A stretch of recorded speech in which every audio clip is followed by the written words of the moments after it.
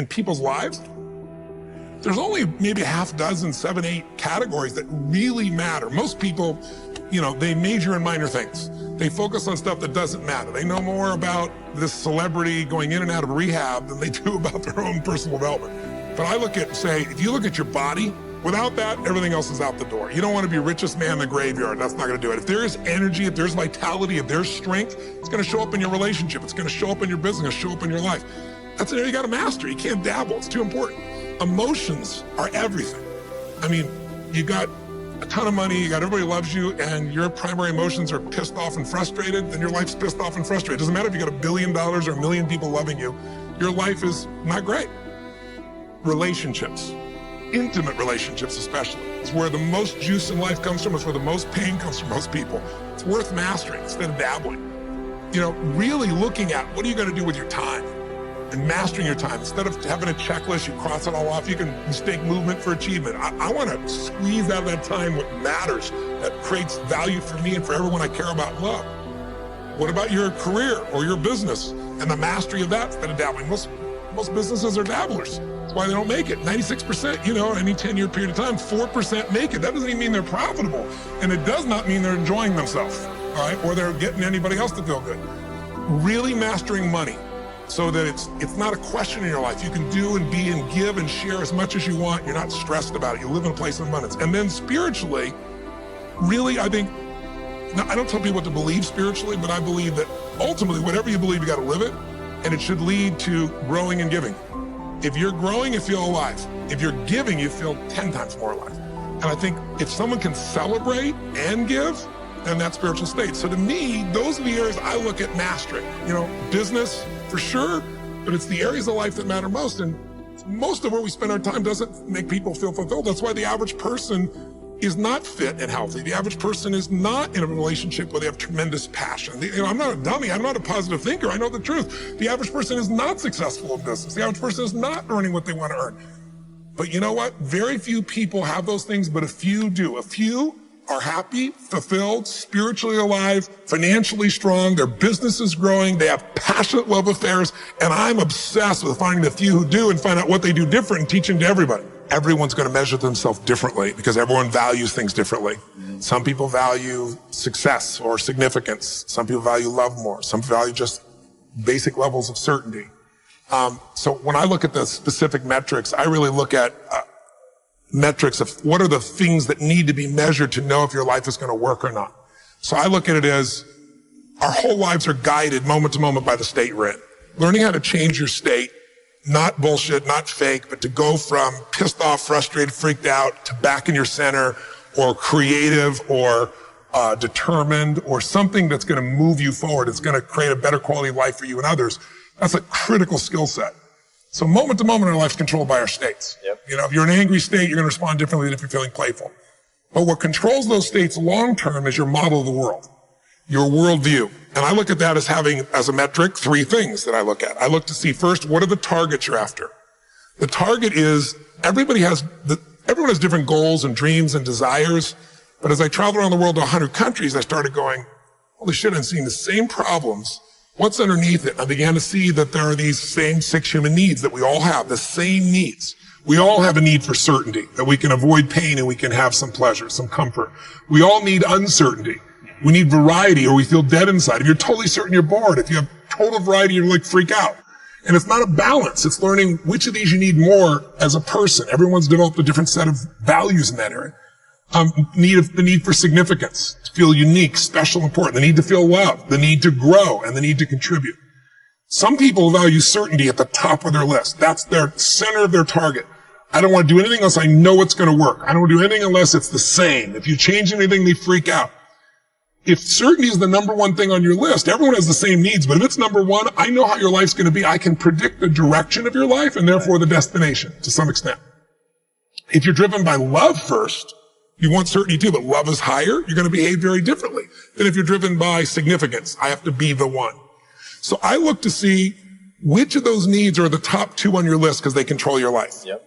The 2 that most people have, 90% of the planet, if you said, of all these needs, which one do you really focus on most day to day? Everybody wants love. What do you focus on? Most people focus on being significant. We live in a Facebook world where people fake their life, put new filters, make it look different than it really is, tell stories that, are totally full of it to make themselves look good. Because we live in this kind of false world where significance is more important than love. And it separates us.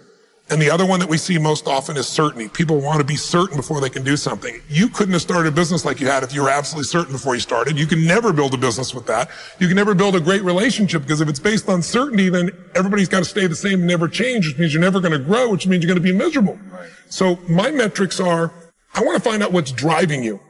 And I want to see, is it healthy or unhealthy? You can have two people be driven by significance, though, and do it with a different set of rules. That's the second piece I measure. The beliefs or rules of how to fulfill that target. But I want to be more clear about something. An extraordinary life is life on your terms, and there's two parts. Part one to have an extraordinary life is mastering the skill of the science of achievement. How do I take what I envision and make it real? And how do I do that quicker, faster, better, easier? The ability to manifest what you come up with and make it real, like you've done with your company, yes, that's a skill set.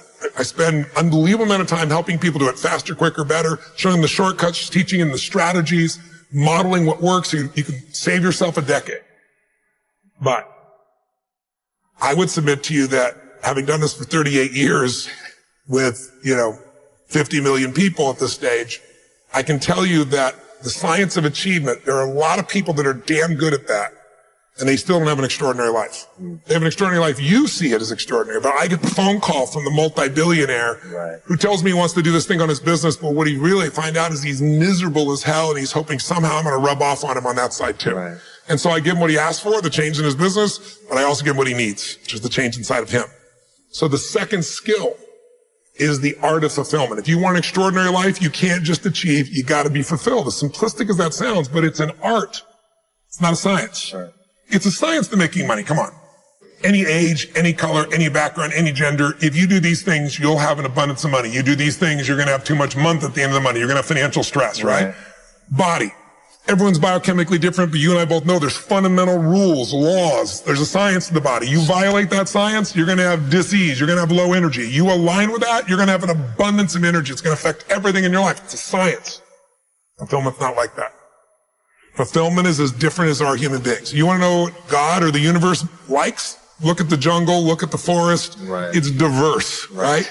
So most people think, well, I want to get that because they've been modeling somebody else, and that might work on how to achieve something. It'll never work for what to fulfill you. How many people you know, like you, got what you thought you wanted and you weren't fulfilled? Right. And that, I always tell people, success without fulfillment is the ultimate failure. The ultimate failure. Because if you go at something and you fail and you're an achiever, you don't fail. You go, I learned something, I'll just try something else. Right. I'm going to still get there. But when you succeed and you're not happy. So a perfect example of this, I mentioned in the seminar you were there because it hit me about a year and a month ago, we lost what I consider a national treasure, Robin Williams. And I asked people, how many of you love Robin Williams? Everybody raised their hand all around the world, right? He made people laugh. People were touched by him. So how good was he at the science of achievement? I mean, he wanted to be a great comedian and make the whole world laugh. He did. He wanted to have his own TV show. He did. He wanted the #1 show. He did it. He wanted to make movies. He did. He wanted to have an Academy Award for not being funny, dramatic, and he did it, right? He did it, yeah. He said he wanted a beautiful family. He achieved everything, and he hung himself. That's crazy. And I know recently someone's saying, well, he had dementia. He had drug abuse. He had alcohol abuse most of his life because he made everybody happy but whom? Himself. That's the ultimate failure. So if I had no other message to offer your viewers, and you let me give it to them right now, please. I'll tell you what I believe. I believe our lives are controlled by one force, decisions. I certainly believe in force greater than myself. Call it God, if you will, grace, whatever you want to call it, the universe. But I also believe it gives us choices. And the decisions we make control us much more than the conditions we meet. It's not the conditions, it's your decisions. Decisions of what to believe, decisions of what to do, decisions of what to give. I say to people, think about, look back 10 years ago, 5 years ago, 15 years ago, and think of a decision you made that if you would have made a different decision, you'd have a totally different life today. Better or worse, I don't know, but totally different. The most important decision you can make above any on the face of the earth is deciding that no matter what happens in your life, no matter what happens, you're going to live in a beautiful state. The decision to say, I am not going to suffer.